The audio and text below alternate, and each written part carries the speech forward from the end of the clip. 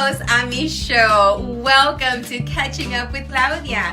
Now, ojalá que se puedan quedar hasta el final para que puedan escuchar lo que va a compartir mi invitada o mi invitado. Así es que no se les olvide también de seguirnos por las redes sociales. Estamos en todas las plataformas. Hasta luego.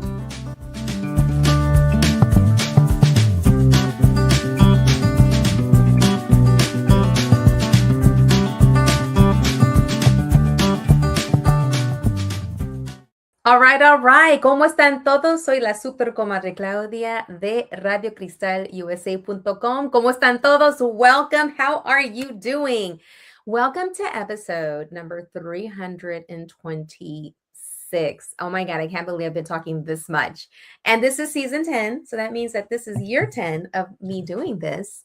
And number 326, the 326th episode. I can't even believe it. So many numbers. But anyways, welcome. I'm super excited to have you join either through YouTube or through our Facebook pages or where else are we on? Instagram, LinkedIn, Twitter. And we're also online on www.radiocristalusa.com. So many ways you can join us. And, you know, this is a super special day because there is a lot of stuff out there right now. You know, on TV, I think there's something called the State of the Union, which I think I've been skipping for a while because I know what the state is already. I see it and I'm living it. But there's going to be some 2 or 3 hour long union address by the person that's occupying the White House. There were many people going online saying, is there anything else to watch? And I'm like, hey, you can join us today, right now, from 7 to 8. Well, actually, we're starting off early. Because there's so many people that were like, can we watch something else? I'm like, yes, come watch us. Come join La Super Comadre Claudia show because we have an artist, a mental health representative, as well as someone that is running for office. And that's a little bit more interesting. And you know what? After this, if the union is still going on, you can go watch paint dry. You can go outside and watch the grass grow. You can go and wait for your teenagers to come and finally clean their room. I mean, there's so many things you can do. You can watch your food, you know, take it out of the freezer, your chicken, and watch it thaw out. I mean, there's so many things you could do, right? But anywho, welcome. Welcome to the recording of La Super Comadre Claudia show, the podcast, as well as the live stream. All right, so what have I been up to? Oh my God, so much. But before I get to what's been going on with La Super Comadre, I want to give a proper thank you to my Super Comadre Liliana. If you could just say hello from back there, just saludos de La Super Comadre Liliana, because she is always making sure that things are connected and running. So, unas palabritas de La Super Comadre. Ay, comadre, pues aquí estoy atrás de los micrófonos, atrás de todo, tras las balinas. I'm right here, backstage, trying to make everything run smoothly for you. Thank you so much because of you made this possible. You put this together so that we can connect with the community and build community and share stories and resources. So thank you so much for providing this and for creating this. Thank you for being here. Thank you for your 10th year. I know. I can't believe it. I can't believe we're 10 years old. Let's keep growing. And let's keep growing. All right. So guess what, comadre? Guess what? We're partnering with Univision. Oh, see, what? Are you serious? Aha, that's a surprise for later.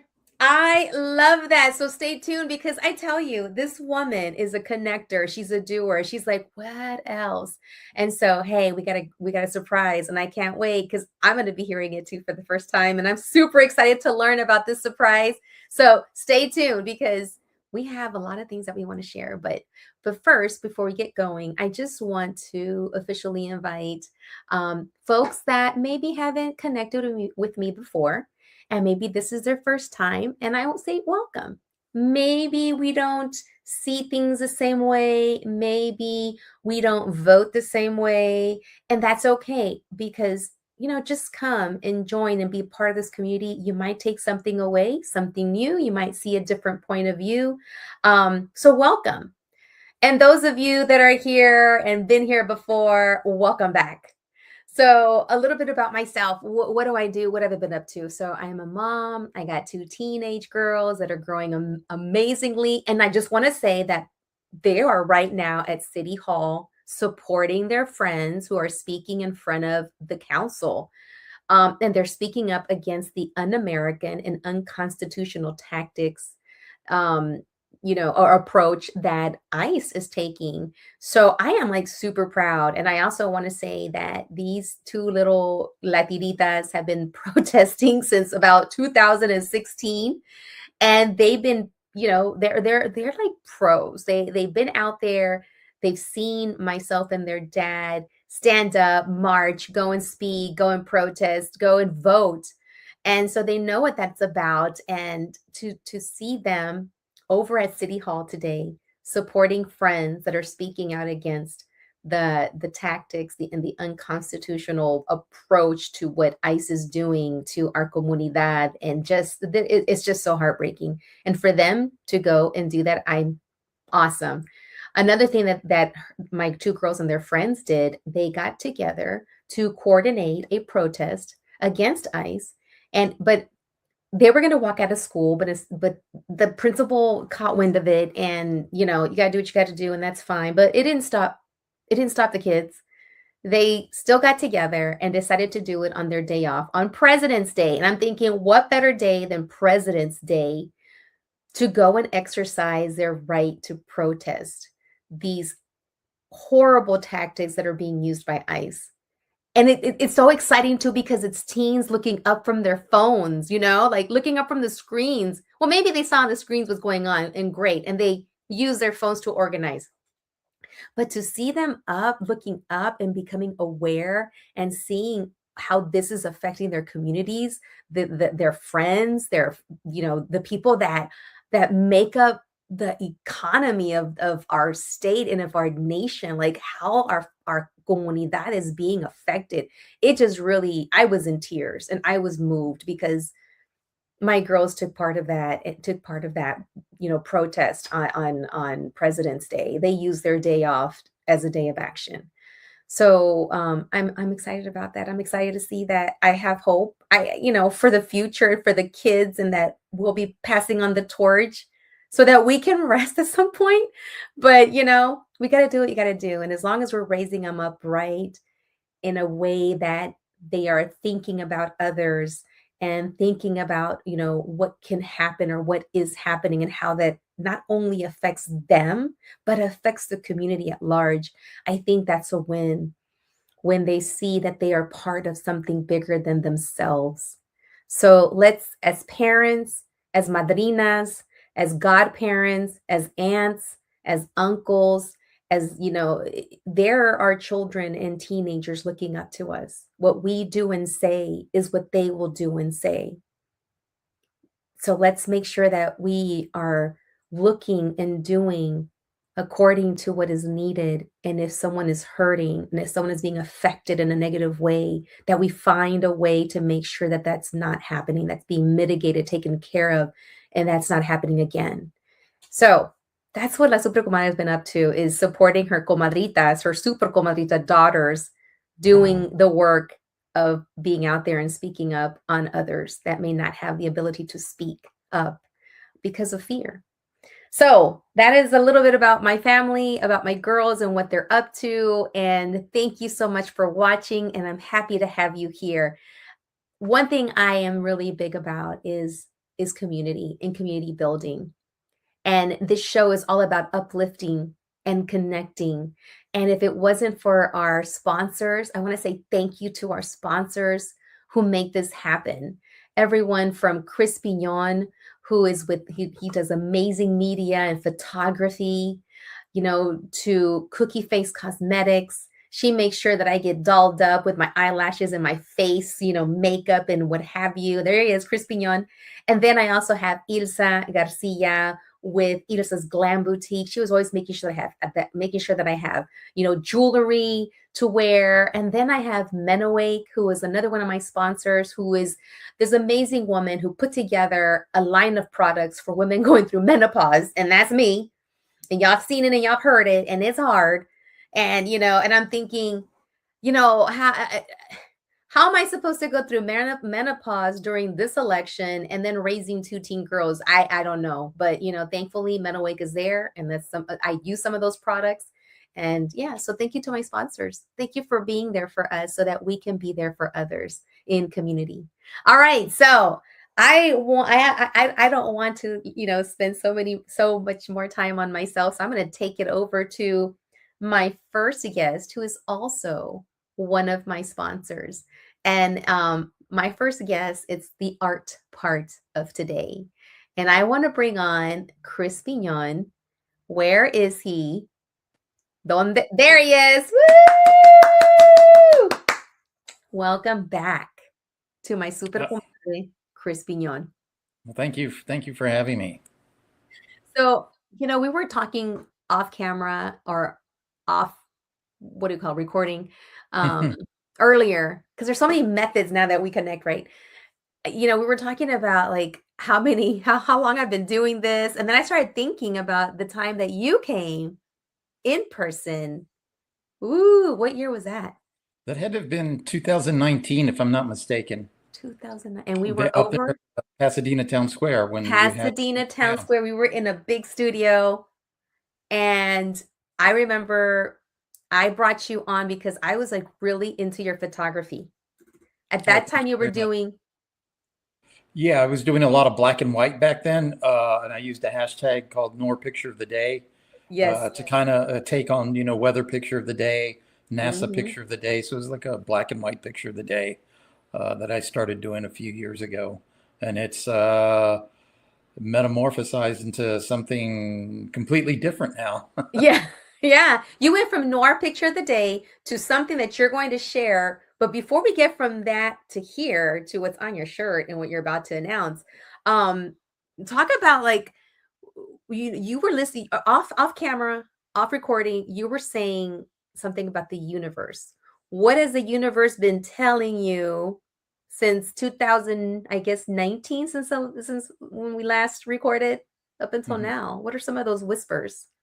Just keep doing what you're doing, essentially. A couple of things occurred this late last year.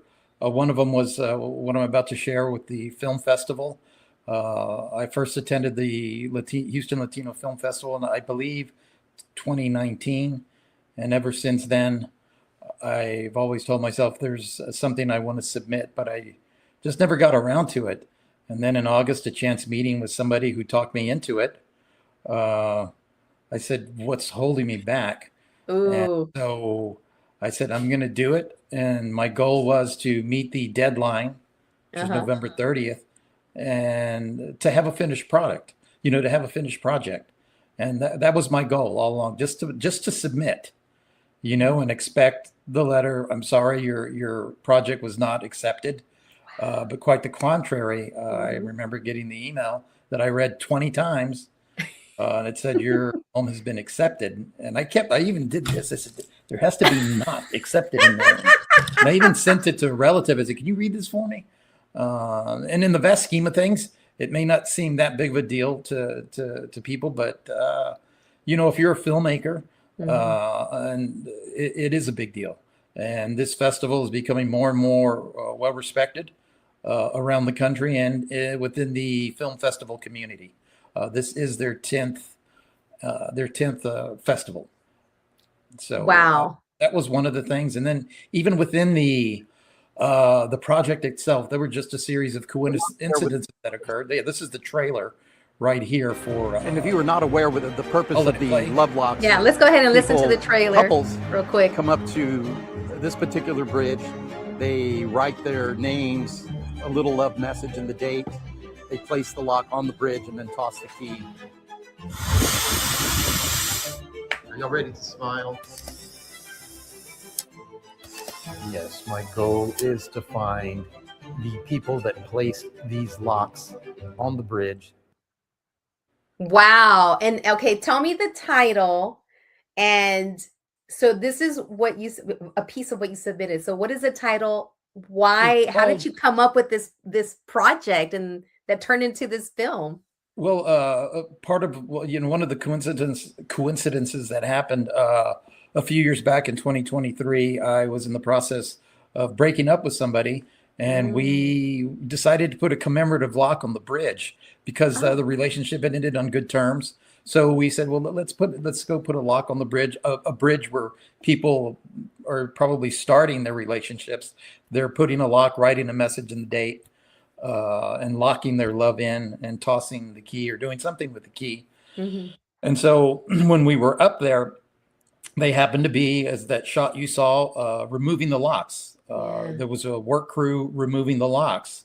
And I was wondering, what are they doing? Why are they removing the locks? So I asked them, I said, why are you removing the locks? And they said, well, they are becoming a safety issue for the bridge. They're compromising the integrity of the bridge because they're very heavy. And so from there, I had the idea for this photography project called The Heavy Burden of Love, which symbolizes, this people's love, and it's very heavy. And as you know, love is not always easy. So the other coincidence, I happened to work for the department that was removing the locks.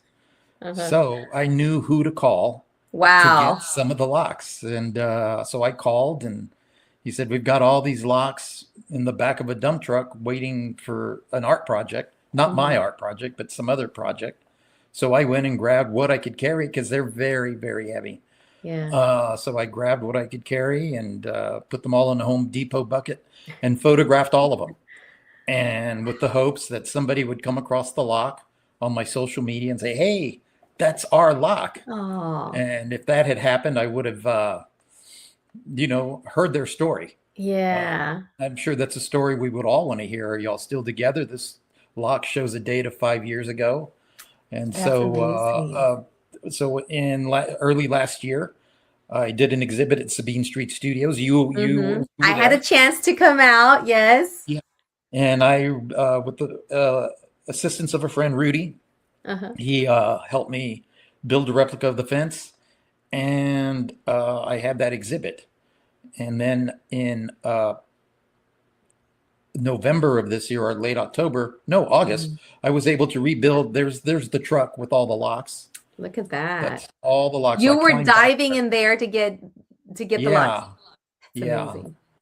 And so the exhibit went back up in November at my studio, right outside of my studio.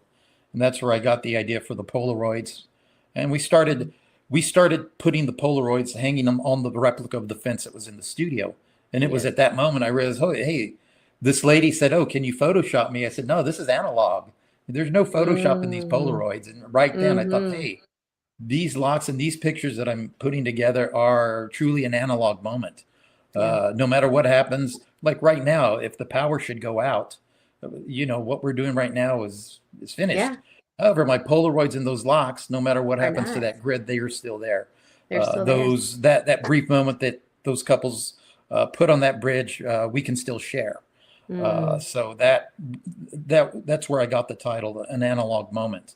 And so hopefully down the road, I can find some of these people I still haven't. And, that would be interesting to see, who's still together, what's your story. And to me, did you break up? What happened? Like for you to go out there, and it's like you went with your former partner to have closure, like literally to have your lock of closure, and I wouldn't even think of that. Right. But so many people actually want closure in their relationships sometimes, and sometimes they don't even get that. But for you to have been able to do that with your partner and then come across someone taking them off, and you're like, and then turning into a moment of art. What would you like for the viewer who views your film, or the ones that come out to see your exhibit if you put it out again? What would you like for them to take from this? I want them to enjoy it.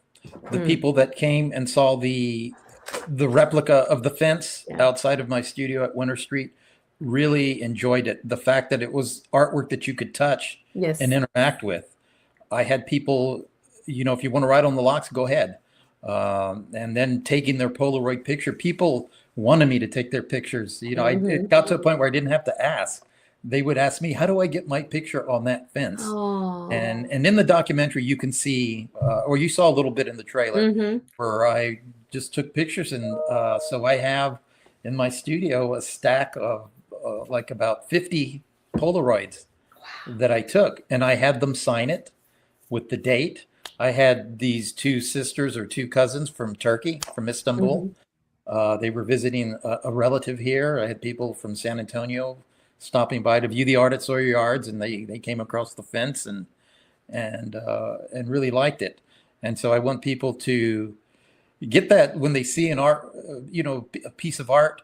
I'm not sure what they think of, but when they see that Lovelock fence, I know what they're thinking. They're thinking, where are these people? Look at this date. Look at these names. And so it leaves them with something to think about. Maybe they've put a lock on that bridge or a bridge all over the world, because they're all over the world. So hopefully they leave with that. And then when they see the short film, it's something that I did completely by myself. Originally, I had actors that were going to do a dramatization of me finding a couple that put a lock on the bridge, but it just didn't work out. And in a way, I'm glad it didn't, because I liked the product that I delivered. So I was very happy with it. And I believe you've seen it, and I've shared it with a few people, and I think I got the message across, and they really, really enjoyed it. And I enjoyed making it. It was a lot of work. Me, my takeaway was, would I ever put a lock on something? I'm afraid. Well, see, you came away with something. Yeah. Like I would love to, and I'm like, I don't know. Yeah, like this couple right here. I just happened to be up there one day, and they were engaged, and they were putting their lock up there. Wow. And he happened to be an author. I bought his book, which see, which is on this shelf right here. On the shelf behind you. Yes. Love it. In here. And before the end of the show, I'll see if I can find it. And these young ladies that you see here, I think they were exchange students. Okay. So I took their picture, and as you can see behind me there, the fence with the locks. There it is. And so that fence is what you you recreated that moment. yes. Right here. And the good thing about that, the original exhibit that went up in last February or March at Sabine Street was just going to be a photo exhibit. But the marketing person, or the person in charge of exhibits at Sabine Street, Justin Grant, I have to give him credit. He said, "Why don't you build a fence?" And I said, "That's crazy." I said, "How are we going to do that?" And he says, "We bolt stuff to the wall all the time." Yeah. So I called my friend Rudy, and that's another coincidence right there. He walked in when I was at Sabine Street one time, and he happened to be a high school friend of my uncle from 1968. Wow. And he's a very talented craftsman. Yeah. I told him, "How do we build a fence here?" He's, "Oh, we'll buy some 2x4s, and then we'll drive around and look for some fencing." And there you go. There you go. That's amazing. I said, "No, let's buy some. Let me just buy some." He goes, No. Let's just drive around. And we did that. We drove around, and he goes, "Look right there." And we stopped and clipped some fencing from a vacant lot, and that's what you see there. It's in my garage right now. From a vacant lot over off of. Wait, I can only imagine you guys like pulling up like with a truck, and then you like just toss the stuff and go before someone comes out. Is that what happened? Exactly what we did. And he told me, he says, if the police come by, he says, "Don't say anything. I'll talk to them." Just be quiet. But it was a vacant lot. It was. So we loaded the fencing in the back of the Suburban. I love it. Built it, and so it was a lot of fun. That seemed like a lot of fun. So there was just a lot of stuff that just really worked together. That's amazing, because like you said earlier, the universe sends you those little messages, sends you those people that cross your path for a reason, and then boom, you put it together, and here it is. And a lot of times we don't listen to those messages. For years, I never did. And then when I met that Maria at the Houston Media Conference, for years people have told me, "You need to make a short film." And yeah. But for some reason, the way she said it, I said, you know what? Yeah, I'm going to, or at least I'm going to hit that deadline. Yes. And so had I not gone to that conference, we probably wouldn't be talking today, or we'd be talking about something else. That's amazing. It's amazing how the community, how the universe, you get these connections and you move forward. I mean, I'm still remembering from the time you sat on the couch and you had this idea of having your own studio, your own business, and then from there to here, like you have your own studio now. You have your own business, and now you have a film. So could you please share, how can the viewing and the listening audience connect to the Houston Latino Film Festival, which is on your shirt? Another connection that you mentioned before we started recording. I thought this was a shirt given to you, or that you were already promoting. No, I got this a number of years ago. This wasn't the one I got in 2019. That I got this at a different date, and or I may have purchased it at the Houston Media Conference. But you can go to their website. I just checked. The listing, the showing is not listed yet, so I'm not sure what time An Analog Moment will be shown. It's probably in the local segment of the festival. And when does it occur? Yeah, and when? This is from March 18th to March 22nd, 2026. March 18th through March 22nd. And is there a cost? How can people participate? Yes, you can. Okay. There is a 4-day, 5-day pass, I think is what it is. I think it's $60. And a single day pass is, I believe, $14. So it's not very expensive. It's actually quite a deal for $60 for 4 days. You get to see all these films in a nice location. Yeah. Where is it now? It's at Match. At Match. Okay. I remember going to one years ago, and we were watching it from the back of a Tahoe at a Brown and Root. I think they had shut down, and they had converted their parking lot into a movie scene, kind of a cinema with Connex boxes and a big, I don't know, I guess some kind of screen that they hooked up there. But it's evolved so much and it's grown. So I am super excited. So I'm very excited and very honored. Yes, to have been accepted. So anybody that has an idea that they want to work on, you just need to do it. Yeah, just do it. Like you said, just do it. I have a friend in California. He used to work at this marketing firm that bought films from to export to foreign markets. And he told me something that always stuck with me. He says everybody out here in Los Angeles has a preview reel. He says, those are a dime a dozen. He says what you need to do, no matter how bad it is submit a feature-length film, because it shows that you finished something. He says no matter how bad it is, somebody's going to buy it. That's good advice. Yeah, he said, he told me this last year. He says everybody out here has a sizzle reel. He says, but if you have something finished, he says, even if it sucks, he says, and he's absolutely right. I remember I watched something on Amazon Prime. I Married Bigfoot or something like that, because a friend told me, or Bigfoot versus Martian clowns, or but I have Amazon Prime, so I told my friend, why did you send that to me? That was the stupidest thing I've ever seen. And she says, you know what, Chris, you're right, it was, but you paid to see it. But someone made some money. She says, you sat through it, you paid to see it. So she says that separates that filmmaker from most people. Got it done, you just got it produced, got it submitted, and someone purchased and watched it. Yeah, I was watching that. I said, that's crazy. Really marry Bigfoot? Tell me later about the Bigfoot and the clowns. But before we get to the Bigfoot and the something clowns, like that, I remember. I want to take a little pause because I want to bring you back, because I want to bring on a guest who you were connected with through me and an organization that we were a part of years ago.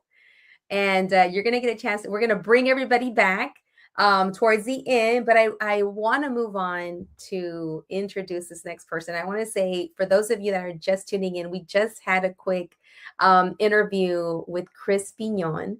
He had a feature that is now going to be part of the Latino Film Festival, which is coming up March the 18th to the 22nd. And he'll come back on to do final thoughts and final words. But I want to bring on my next guest because those two are connected, because I met them. And like Chris says, you never know who you're going to meet, why you're going to meet them, and how they're going to support you, your work, your thoughts, your dreams. So I want to bring on my next guest, who is a new Super Comadre, because Super Compadre Chris has been on before. But now I'm bringing on a new Comadre. She is Super Comadre Edna Mojica. Come on. So there she is. Hi, Macias, ¿cómo estás? Muy bien. ¿Cómo está usted, Edna? I'm good. I'm so happy to see you on this platform, even through here. I'm so happy. I know. I know. Did you recall the photographer? Absolutely. Who could forget Chris? We took amazing pictures. He took amazing pictures of us. It was very exciting. So it's good to see Chris on this platform as well. And all the growth, all of your growth, his growth, like season 10 of this show. I mean, I had just started doing it when I met you. Wow. How time passes. Mm-hmm. I love how Chris said, just do it. It doesn't even matter. So I'm sitting here oohing and eyeing because he said, yeah, he watched whatever he watched. And his friend was like, yeah, but you paid for it. It's ridiculous, but you paid for it. There is a buyer for something. Yes. For your thing. Doesn't matter what you have. There is a buyer for it. You just have to make sure you find the right buyer. That's the way I see it. Someone told me a long time ago in a business, like a business type of, support workshop. It was, don't change your price of whatever you're selling, because it's just that you haven't found the right buyer, or the buyer hasn't found you, the person that needs that service or that book or that movie. It's out there. They're out there. So hold on to what you have and your price point and your value, because that audience is out there. Yes. Yeah. We have to believe in ourselves and bet on ourselves first, because if we do that for ourselves, that's what we're going to attract. So absolutely. So speaking of attract, and we attracted each other years ago when we first met, an organization that we started where Chris was our photographer. We had a chance to connect again over coffee. And this is when I'm like, you need to come on. You need to come on. We need to have, well, first it was like the coffee. We kept trying to do coffee day. We finally made it happen. We caught up as if we just stopped talking the day before. Absolutely. And then we bumped into each other briefly at a domestic violence, the Purple Carpet. Yes. Which is an organization that raises funds to support people that have gone through domestic violence, and to support their journey as they move, through that and move forward. So I remember when we saw each other, they were like, pictures and hugs and all the things. And I saw your daughter. Oh my God, they're so beautiful and big. How time passes, right? Yeah. Estaban chiquitas. They were so small. And now, están más grandes que yo. Yeah, advocating with your mom. Yes, girl. I can't believe it. I mean, it's like almost full circle now. Yeah. And go ahead. No, that's the beautiful thing, that what we do, our children are right there observing. They're right there receiving and dreaming as well, because the more we expose them to things, the more they start thinking and growing and wanting to do things. Look at them right there with their mama advocating. I heard the story about what they did at school, like that in itself. And they're so small now, but they have that heart, that you started with. So congratulations, Claudia. Thank you. And I remember when I met you, your kids were probably my kids' age.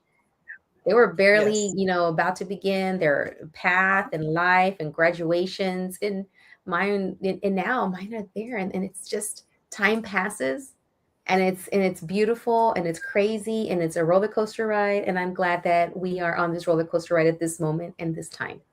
Yes, absolutely. So Edna, tell the viewing audience a little bit, however much you want, about you, Edna, founder of MTC, the work in the mental health space. Just a little bio about you. Well, thank you for providing me this platform to do so. So my name is Edna Mojica, and I am founder of MTC Productions. So MTC Productions started out with my own life.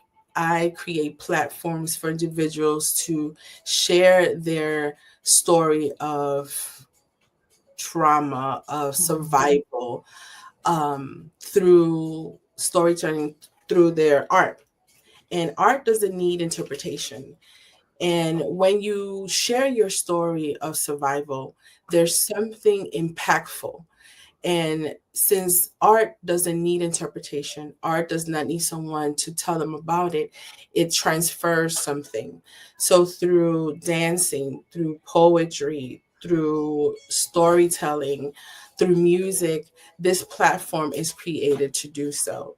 So it started out me sharing my survivor story through domestic violence. I gone through some different types of difficulties of child abuse and molestation and into domestic violence and violence in the street. So I decided that was just not my story. Something had to come out of that. So as I was learning to heal, as I was learning to find my voice again, I said, this is bigger than me. So this is where MTC Productions came. Now I do pop-ups throughout Houston, and I collaborate with established artists to open up spaces through people that just love art and they heal through art. So when Chris was talking about his chain story in this film, that is art in itself, because people are healing through those things. Yeah. Something simple as a lock, there's a story behind it. Now he's featuring their stories. Stories are impactful. So from that, I'm creating a film, which I'm so excited because I just heard Chris. I'm like, no, Chris, this is oh excellent. my gosh, it's all connected. See? It is. So there's a book that's coming out this spring. It's going to be my first featured book. It's called I Left Now What? And it's a story that it's going to have my story in and other survivors of what happens when you leave these relationships. Because part of it, people, when you're in this unhealthy relationship, people have questions. One of them is, why are you still there? Right? We ask ourselves that too. There's a lot of us that trying to leave, attempted to leave many times, but there's certain things that keeps us there or keeps us returning. So this book is education for anyone that is leaving, planning to leave, that left, anyone that wants to know what that looks like, anyone that wants to support the person that left, survivors, faith-based advocates, that what happens in that journey. So we talk about the justice system. We talk about health system, how to support your children, how to trust yourself again, how to stay safe. So this book is going to walk anyone through this process, and it's going to have resources, and it's going to be a journal book. Yeah. And because this is such a lonely space, I'm going to have a podcast for each chapter. And if you don't want to walk it by yourself, if you need a voice, and voices, because it's going to be full of knowledgeable people in episodes. Every chapter is going to have an episode that you can listen to as well. And with this podcast, I Left Now What, is going to trigger into the documentary that hopefully it would come out the end of the year. That is a documentary of survivor voices. And we're going to film people's voices. We're going to film their stories. So that in a nutshell is what I'm doing. Wow. So needed, especially because you're bilingual. También se necesita esta voz en la comunidad hispana, los que hablan en español, because especially now, there's so much fear of of asking for help, of going to appointments or therapy, of leaving their spaces because they don't want to get picked up by, I would just say ICE, And yeah, they're afraid. So thank you for continuously step into the arena with your story so that you can elevate and collect other stories so that someone that is going through it can connect, through your book, through your episode, through your podcast, and be able to connect in a way that they feel safe. Yes. And the title of your book, I Left Now What? That's huge, because like you said, there, many people will say, well, how come you didn't leave? And it's not easy. It's not easy. There's so many things. And now on top of what is happening, what's going on, and then add what's happening now in current times, there's another layer as to why many will probably not leave. And we got to make sure that they have some type of safe passage or connection, because they're really afraid to leave. Absolutely. That's why our mental health is so important, because if we don't, first of all, what is mental health? Mm-hmm. Mental health is a state of our emotional, our physical, and our cognitive well-being. It shapes how we think, it regulates our emotions. How do we handle stress? How do we make decisions? How we relate to others? So it's simply the absence of illness. Yeah. It is the presence of resilience. It's clarity, it's self-awareness.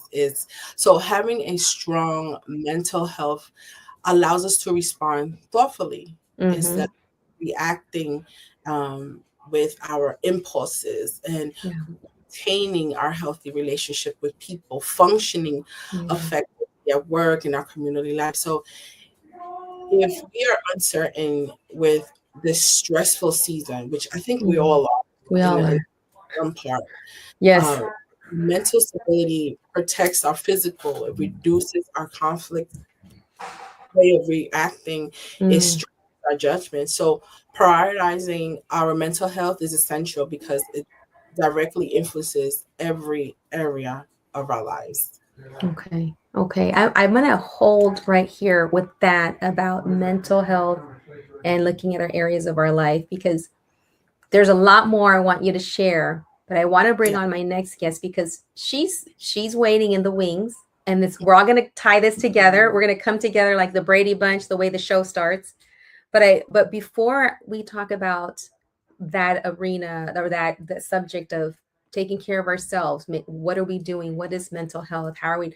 I want to bring on a guest who is actually out there, and we got to make sure she's taking care of herself, because she's out there seeking a position. So I want to bring on my next and final guest, Leticia Gutierrez, who is running for office. Where is she? I thought I saw her. There she is. Hello and welcome. Hola, buenas. ¿Cómo están todos? Thank you Hola, so much. buenas noches. ¿Cómo estás, first of all? Pues I'm okay right now. It's been early voting is in full swing. Mm-hmm. So it's been, difficult to just kind of balance and juggle. But you know how us Latinas do, we're really good at making sure that our families are taken care of, that our work schedule. And so now I'm having to weave in running for congressional office. But thank you for asking me. And I love this topic. So yeah, I mean, fire away. I'm ready for, I don't know if you want to ask questions, but I will say really quick that mental health is definitely at the top of my ticket. Thank you. And we're using this community right now, this connection, for you to share, who you are, what position you're running for, and what is on your ticket. One of it being mental health. Sorry, I got a cough. Se me fue la saliva. That's okay. So share a little bit about you, your background, why you're running. Yes, se me fue la voz. Oh my gosh. Oh, okay, mira, I'll take over. Let me get some water so you take over. Ándale. So my name is Leticia Gutierrez, and I am running for the newly redistricted Congressional District 9. It's the new district that was gerrymandered, to basically dilute our voices. I've been living in this district for over 45 years, and I've been working tirelessly for the last 15 years as it pertains to predominantly children's health, which bleeds into family. And, you know, a lot of the work that I do health wise. And so I was the first one in my family to graduate from college. I went to school for finance and economics, and then I had a couple of kiddos.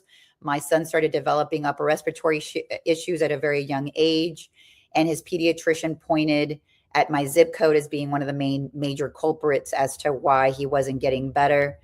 And then I started doing some more digging, and looked at some of the research that had been done, that children living 2 miles or less from the port were 50 times more likely to also develop certain type of leukemias. And so this was very concerning to me. And I'm sure as a mom, you know, my first instinct, anyone's instinct, was to move. However, I decided to stay because I have my parents, you know, all of my tias, mis tios, mis primos, we live within a very short range of each other. And, you know, all of us grew up near the port. And so it was just one of those things where the smells and the things were just a way of life, never really thinking that there was negative health outcomes. So I did a 180 on my career, and I delved into the environmental justice world. And I've been working for a nonprofit organization, Air Alliance Houston, that we're the 501c3, nothing to do with my campaign, of course. However, you know, I've devoted my life to not just, you know, as it pertains to environmental, but a lot of other quality of life issues that impact our children, you know, everything, you know, making sure that we have, you know, a good public school system. You know, I chose to stay here in my community and chose, you know, my children to also attend the same schools that I attended. And so, again, it's important to make sure that not only do we have, you know, access to clean water and clean air, you know, chemicals away from our foods, you know, quality schools, but also mental health. You know, that was something that I didn't learn until very recently, that, you know, having access to mental health resources is, you know, you don't have to have any serious issues, so to speak, for you to seek help. And that can be any sort of help, right? I feel that, you know, as Hispanos, not to paint us with a broad brush, but I feel that we're one of the last groups or demographics that are barely starting to get into the swing of, it's okay to want to seek out a therapist, or, you know, to find someone to kind of sort of talk through some of our issues and our problems. You know, we can't just, like this one comedian said, you know, sana colita, you know, our way through life thinking that things are going to get better if we don't have the resources and the mechanisms necessary to make us whole. So my daughter is actually a senior at U of H right now, and she's studying specifically clinical psychiatry and wanting to do social work predominantly around our Hispanic community, because again, we see a lot of those gaps in our community, and especially in our youth. You know, I can tell you, growing up as an immigrant, and, you know, not really knowing how to navigate a lot of the systems, but at the same time having to navigate my parents, you know, I hear there's another comedian, not that this is all about comedians, but there's this comedian, his name is Felipe Esparza. And he's like, you know, when I was in grade school, the teacher was like, what's 2 + 2? What's 5 + 5? Uh-huh. He was like, how do I file an extension? You know? Oh my gosh. Well, that was my life as well. Till this day, when I go visit my parents, is léeme esta carta, or léeme este mensaje. You know, there's all these phishing schemes, you know, trying to basically scam our elderly and scam those that don't speak English well. So all of that to say that, you know, we want to make sure that our communities are also in the know about what's important to make us whole. And I'm very proud of my daughter, you know, delving into this very important, you know, new chapter in her life. And so I just wish that, well, I'm hoping that the goal is for me to get into Congress. And that one of my missions is to bring more federal dollars into our community, to make sure that we do start with youth, that we do have mental health services in school, from grade school to middle to high. And so, yeah, I mean, that's important for us to be able to succeed. Absolutely. And I'm going to now bring on the rest of our first two guests, because now we're going to do a little connection, a una comunidad, una charla, networking. And so let's bring on Chris Vignon and Edna. So we're now doing the Brady Bunch here. I want you guys to also use this opportunity to network and connect with each other, because I see some stuff already happening. Leticia gets to office. Edna has some stuff already that's already laid out for in the mental health space. We got Chris Vignon, documentary. Edna, Chris Vignon's already in the Latino Film Festival. Leticia, you need some promotional photography. I mean, it's all here. And, but I wanted to take this time just to just be connected with each other and have comunidad here. And I'm going to start off with the question, Edna.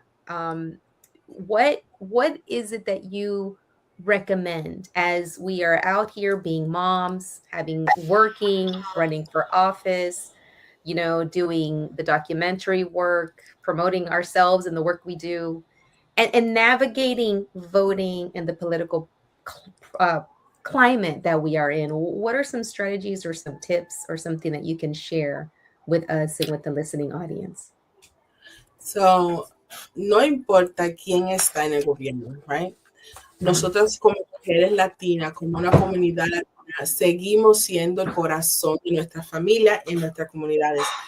Our responsibility is to protect our mental health, our physical and emotional health. And it doesn't change with election. It doesn't change with who's on there. I think for us, setting boundaries vale que una discusión política doesn't come in between, right? Sometimes political conversations is very stressful. When we see our things on the TV, sometimes it's stressful. Every time we're scrolling, something pops out. So I think our peace of mind is so important. Our emotional health is so important. So we have to watch the way we're feeling. What does that look like? When we're overthinking things, probably when our bodies are reacting to tension, when we're thinking of disaster happening in our world, which is normal, because if that's what's happening in the world, we can't ignore it. However, we need to stay grounded. We need to find whatever keeps us hopeful, whatever keeps us together, whatever keeps us peaceful. So we have to be intentional with those things. If it's art, if it's journaling, if it's walking, if it's taking breaths, whatever that is, we have to be intentional with it, because if we don't watch, we'll lose ourselves. We really will lose ourselves. Thank you, Edna. Anyone else want to just jump in? How are you taking care of yourself, Leticia, because you are out there, you have your daughter, you have a campaign, and you have work. So talk to us about how you're taking care of yourself. What are those things that fuel you to keep you going? I have to take nature walks. I have to go outside. I love, before I campaigned, I was always outside. I'm always block walking, talking to community, just staying in the loop about what's important, not just for, my goals, but what my community is going through. So I love to just walk neighborhoods to see what it's like, for children to walk across the street to get to school, or parents to have to, deal with any sort of nuisances in the area. So I love walking. And so I try my best. I feel like that just kind of sort of calms my nervous system down, because I will say, yes, I feel like I don't like to be operating give that energy of survival mode, right? Because whenever you're operating in that way, from what I read and from what I've just kind of absorbed, is that, you don't put your best foot forward when you're operating, survival, fear, just working off of a scarcity mindset. It just doesn't hold well. And so I try my best to center myself. I know it's going to sound, I'm a real tree hugger. I will genuinely go outside and hug my trees.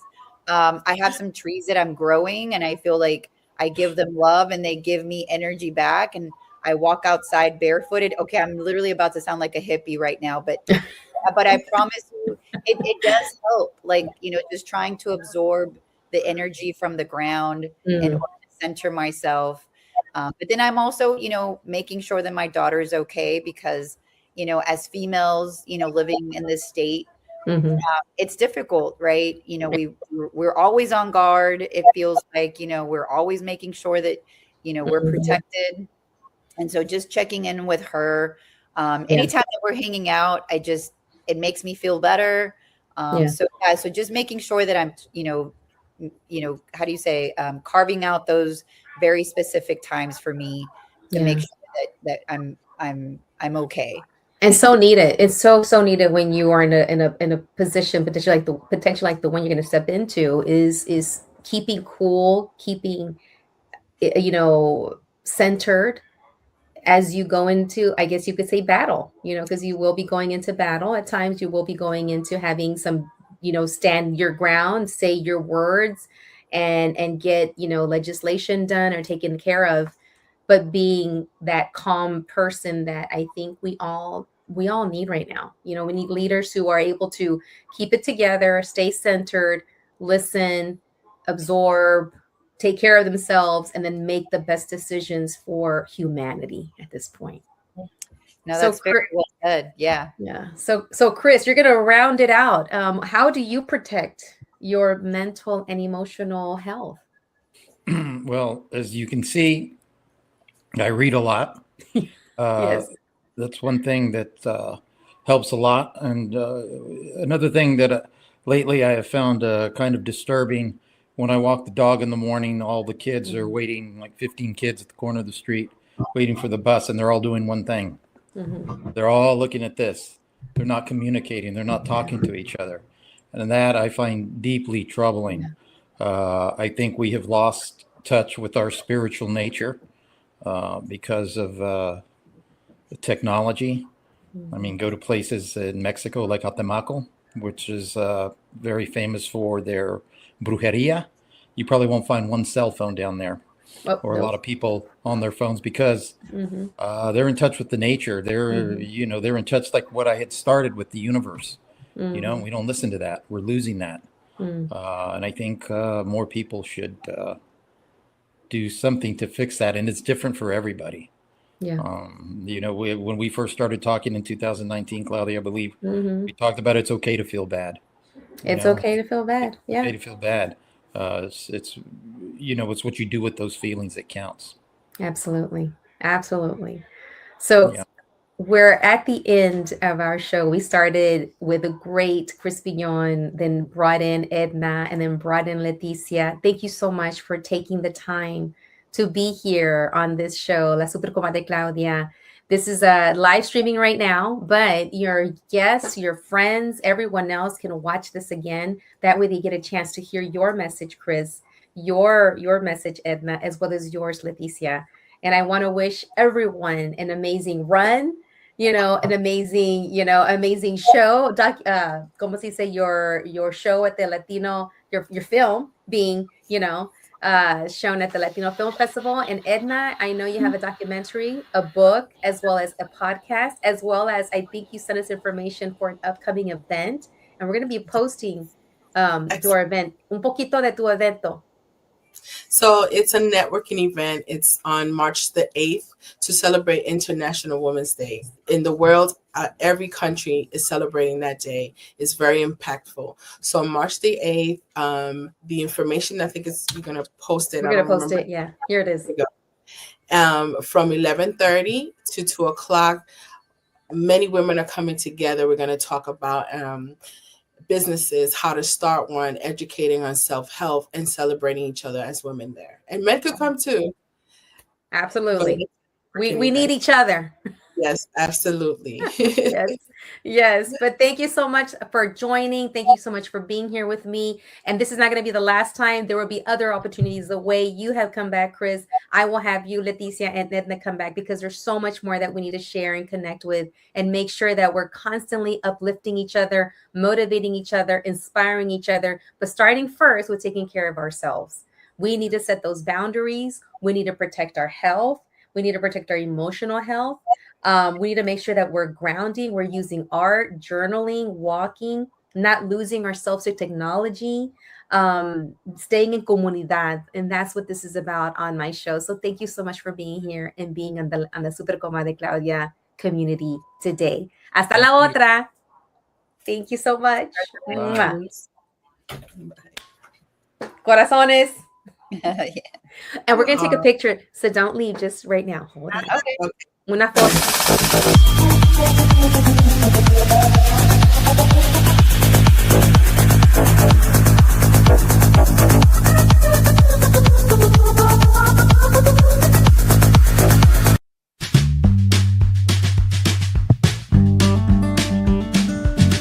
Gracias por haber estado aquí en el show Catching Up with Claudia. ¿Tan tan? ¿Ya terminamos? Ok, bye.